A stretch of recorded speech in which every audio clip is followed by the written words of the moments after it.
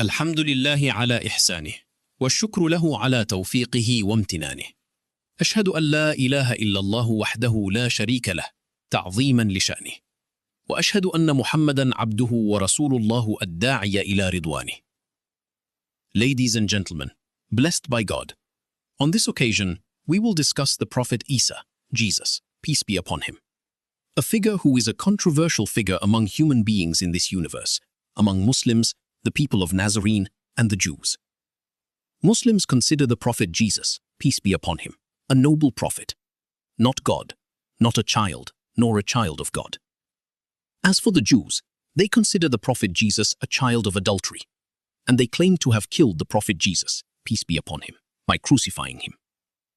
As for the people of Nazarene, they consider the Prophet Jesus the Son of God, or he is God himself. What is true is of course what Muslims believe, as told by Allah in the Quran Al-Kareem. We will read the story of Prophet Isa, peace be upon him, starting from Surah Ali Imran, chapter 3, verse 33 onwards. Allah says, إِنَّ اللَّهَ اصْطَفَى آدَمَ وَنُوحًا وَآلَ إِبْرَاهِيمَ وَآلَ عِمْرَانَ عَلَى الْعَالَمِينَ.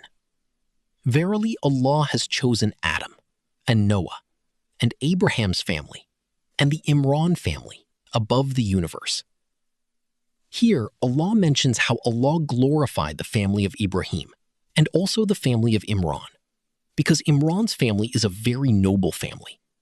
Imran was one of the pious scholars among the children of Israel, and he is the leader of the scholars who take care of Baitul Maqdis, managing the Al-Aqsa Mosque. And he has a wife, mentioned by historians, who was a barren woman. But finally he prayed to Allah subhanahu wa ta'ala, vowed, wanted to have children. If he has children, he wants his children to truly serve Al-Aqsa Mosque. Allah subhanahu wa ta'ala said, Ali Imran, chapter 3, verse 35. إِذْ قَالَتِ امْرَأَةُ عِمْرَانَ رَبِّي إِنِّي نَذَرْتُ لَكَ مَا فِي بَطْنِي مُحَرَّرًا فَتَقَبَّلْ مِنِّي إِنَّكَ أَنْتَ السَّمِيعُ الْعَلِيمُ.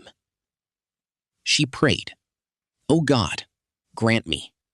I vowed if I have children, then he will be a child who serves you, serving Al-Masjid Al-Aqsa. Then accept my vows. Surely you are all-hearing, all-knowing. And she does not know what is inside her stomach, male or female. And she had vowed that his son, if a boy, would be the administrator of the Al-Aqsa Mosque. Allah says, Ali Imran, chapter 3, verse 36. فَلَمَّا وَضَعَتْهَا قَالَتْ رَبِّ إِنِّي وَضَعْتُهَا أُنْثَى. When she gave birth, the child born was not a boy, but a woman, namely Maryam, the mother of the Prophet Isa, peace be upon him. قَالَتْ رَبِّ إِنِّي وَضَعْتُهَا أُنْثَى وَاللَّهُ أَعْلَمُ بِمَا وَضَعَتْ. She said, O Allah, the truth is I have not given birth to a son, but a daughter. Allah says, Allah knows what she gave birth to. وَلَيْسَ الذَّكَرُ كَالْأُنْثَى. And of course, men are not the same as women. Then she said, وَإِنِّي سَمَّيْتُهَا مَرْيَمَ. I named my daughter Mary. Mary, according to their language, means servant. That is to serve the Al-Aqsa Mosque, which means she is an abidah. In another meaning, she is a woman who is diligent in worship, a woman who diligently worships because she specifically worships at the Al-Aqsa Mosque. Ali Imran, chapter 3, verse 36. وَإِنِّي أُعِيذُهَا بِكَ وَذُرِّيَّتَهَا مِنَ الشَّيْطَانِ الرَّجِيمِ. And I ask the protection of you to protect Mary and protect her descendants from the cursed demon. Ali Imran, chapter 3, verse 37. فَتَقَبَّلَهَا رَبُّهَا بِقَبُولٍ حَسَنٍ وَأَنْبَتَهَا نَبَاتًا حَسَنًا وَكَفَّلَهَا زَكَرِيَّا. Finally, Allah subhanahu wa ta'ala accepts it as a vow with good acceptance.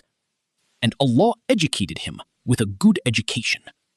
And God made Zakaria as caretaker of Mary. So when Maryam was born, Her mother immediately brought Maryam to the priests or monks at the Al-Aqsa Mosque so that those will take care of Maryam. They are competing. They are proud. This is the daughter of our leader, Imran. Imran is their leader. If anyone wants to give sacrifices to God, through Imran, Maryam's father. So they scrambled to take care of Maryam. Finally, Zakaria said, the Prophet Zakaria, peace be upon him, I have more right to take care of Maryam because I am her uncle. Zachariah's wife is the sister of Maryam's mother. Zachariah's wife is Maryam's aunt. So Zachariah said, I have more right to take care of my niece because my wife is her aunt. But the priests did not accept. They scrambled to take care of Maryam. Finally, they did the draw. And they disputed who should take care of Maryam. It turns out the lottery came out of the name Zachariah.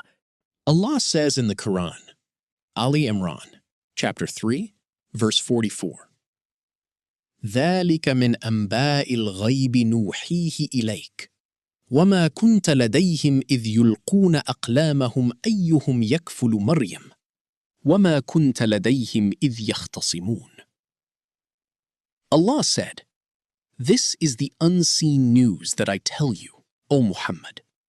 You were not present at their side when they were drawing, and you were not present when they were in dispute.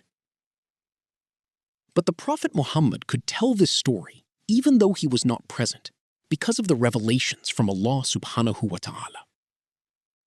Finally, Maryam was taken care of by Zakaria, by his uncle or her aunt's husband.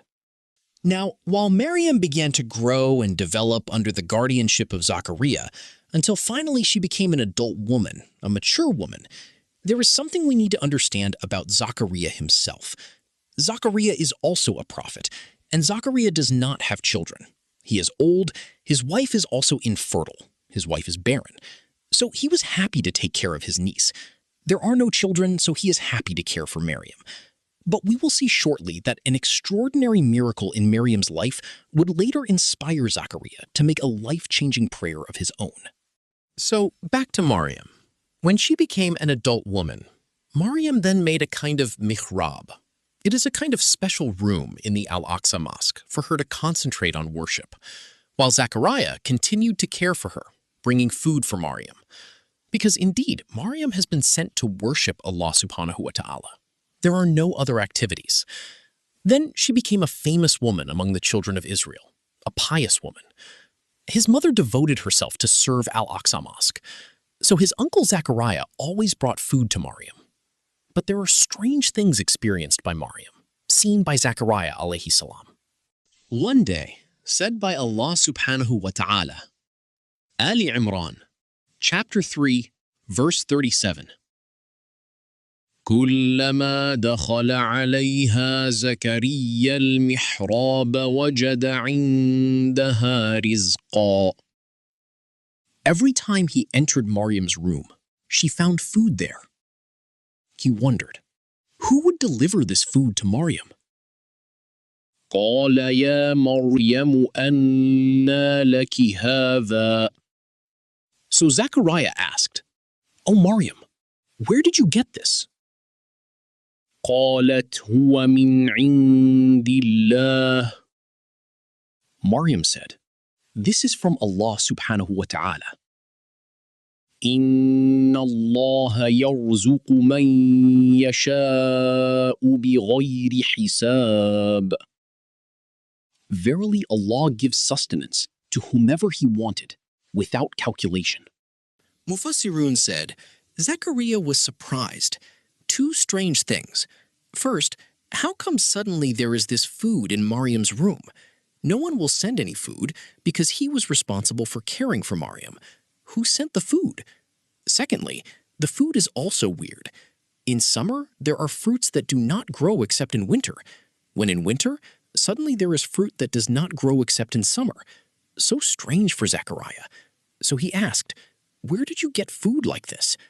Then Maryam said, from Allah subhanahu wa ta'ala. This miraculous sight of sustenance, coming directly from Allah, moved Zachariah deeply. If Allah could provide out-of-season fruits for Maryam, could he not also grant a child to a barren couple? This was the spark that ignited Zakaria's renewed hope.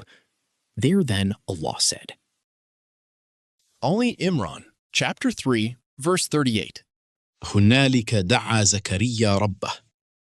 After that, Zakaria prayed to Allah subhanahu wa ta'ala.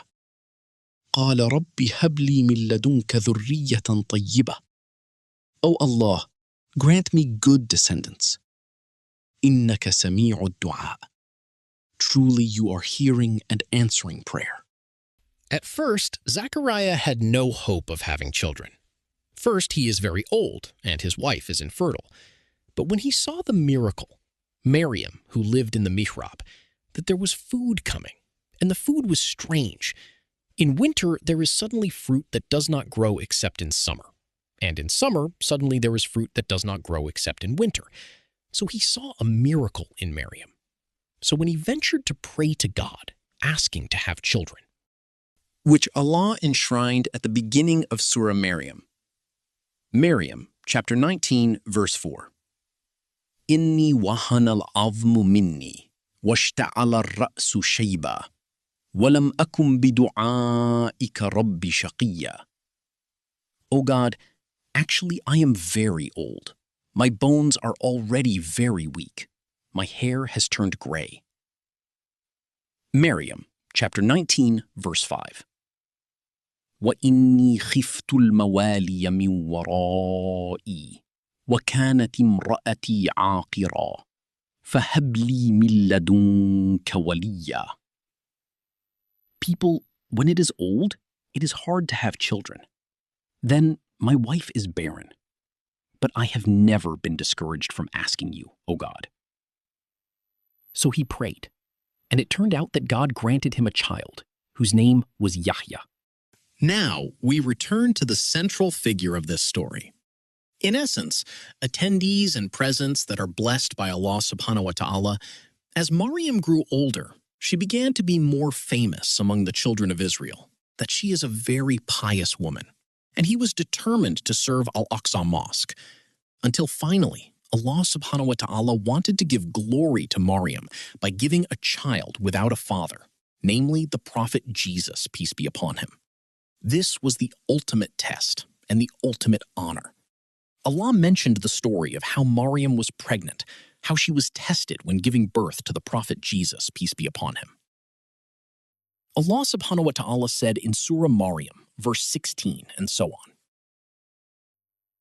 Allah said, Maryam, chapter 19, verse 16. وَاذْكُرْ فِي الْكِتَابِ مَرْيَمَ إِذِ انْتَبَذَتْ مِنْ أَهْلِهَا مَكَانًا شَرْقِيًّا. And remember about the story of Maryam. Tell the story of Maryam, when he moved away from his family, somewhere, east of the Al-Aqsa Mosque. She wants more concentration, so she moved away a little. Then he made a cover. Maryam, chapter 19, verse 17. فَاتَّخَذَتْ مِن دُونِهِمْ حِجَابًا. She made a hijab so that no one bothered her to concentrate on worship. She moved eastward, leaving the Al-Aqsa Mosque, for more concentration in worship. And she put on the hijab. Suddenly, Allah tests. Maryam, chapter 19, verse 17. فَأَرْسَلْنَا إِلَيْهَا رُوحَنَا فَتَمَثَّلَ لَهَا بَشَرًا سَوِيًّا. So we sent to Maryam the angel Gabriel. And angel Gabriel became a perfect man, very handsome. Angel Gabriel was transformed into a very handsome man. Then he met Maryam. Maryam was shocked. She had put on the hijab. Then a man appeared before Maryam. Then she immediately said, Maryam, chapter 19, verse 18. قالت إني أعوذ بالرحمن منك إن كنت تقيا. So she immediately took refuge in Allah. She is a woman, seduced by a handsome man like this. Far away, no one saw. This is a heavy temptation for Maryam. Moreover, the man is very handsome because he is the angel Gabriel. So she immediately said, I take refuge in God from you, from temptation. He thought this man wanted to do bad. She thought this man wanted to commit adultery. It turns out it was Angel Gabriel. Then he said, if you are cautious. She reminded.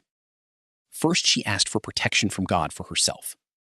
The second, she reminded, O Fulan, you should fear Allah subhanahu wa ta'ala. Do not tease me.